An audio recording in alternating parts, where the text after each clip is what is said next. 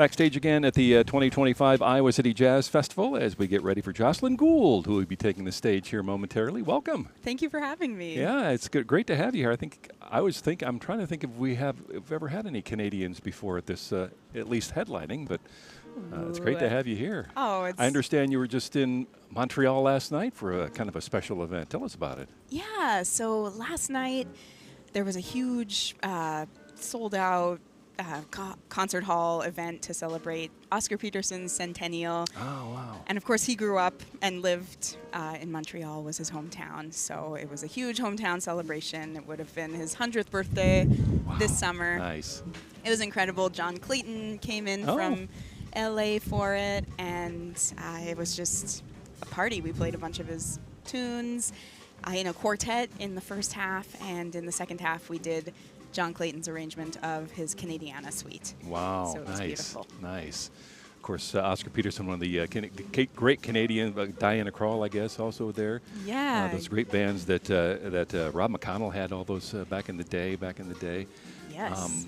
Who was it you were listening to when you were growing up in Winnipeg that sparked your interest in jazz?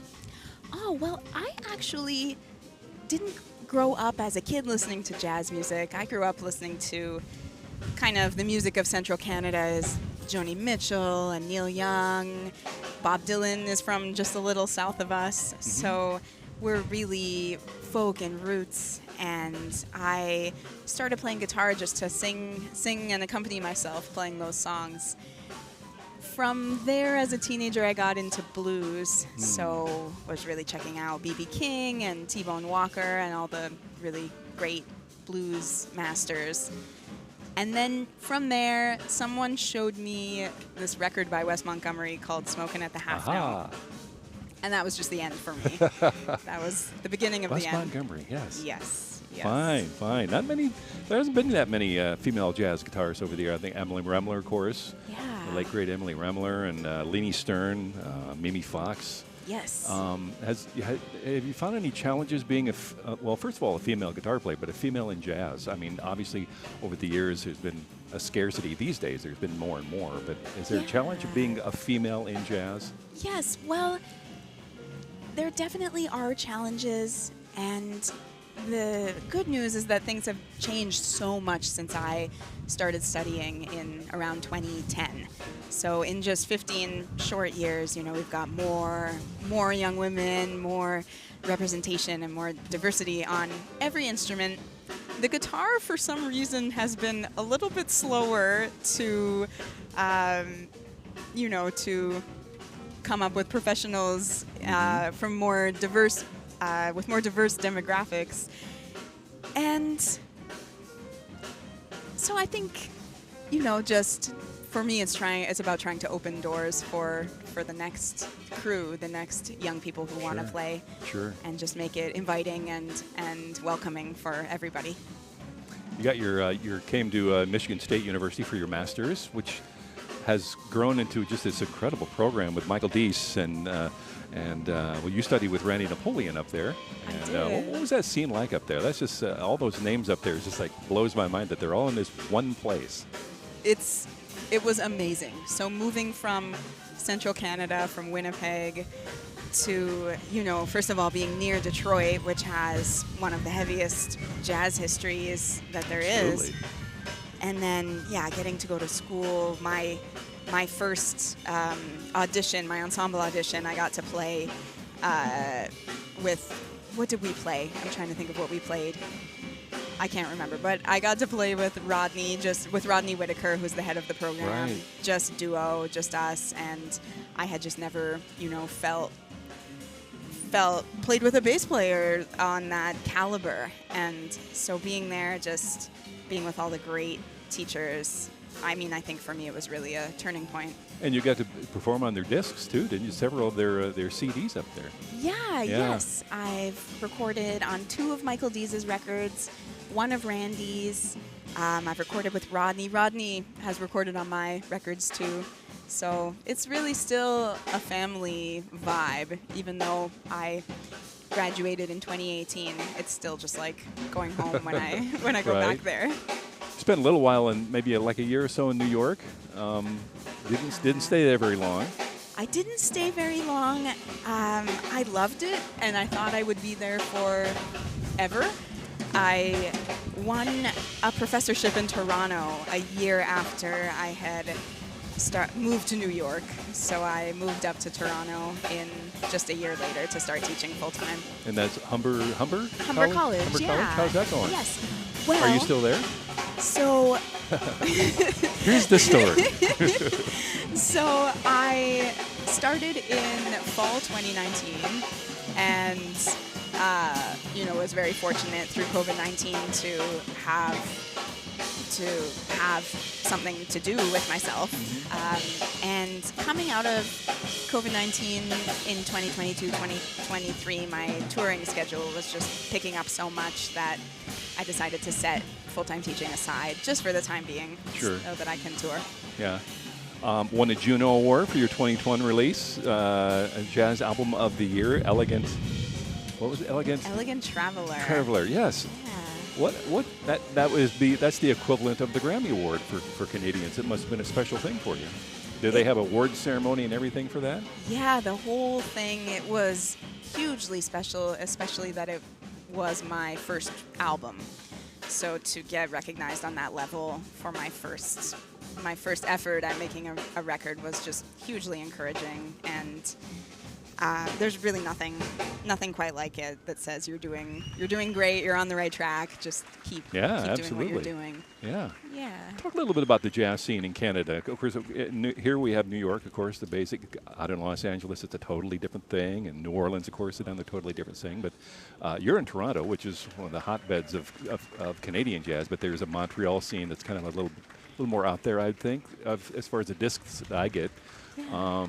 Vancouver, that thing that Corey Weeds is doing out there, the Cellar Clubs, and even Winnipeg has a bit of a jazz scene. They have a big jazz orchestra there that talk about the scene in Canada. Well, how is that?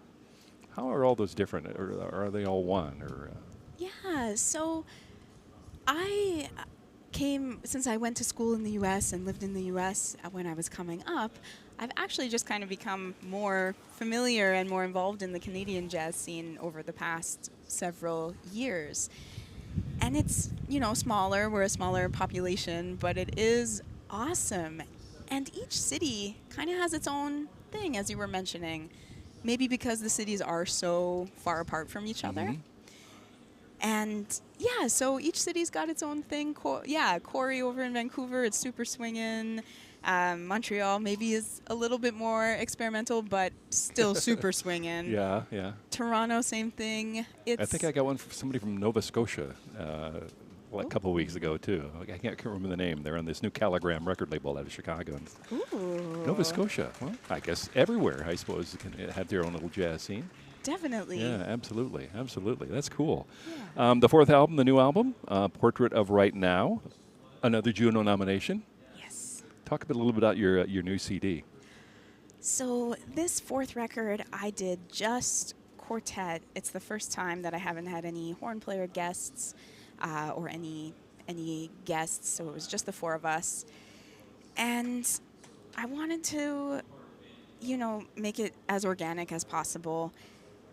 The title, Portrait of Right Now, kind of is meant to capture what we do as jazz musicians. We are really speaking to the exact moment in time. As improvisers, I think it's so special that what we play, what we do together, what we come up with as, a band in the moment will never be repeated in the same way. It's not meant to be repeated in the same way.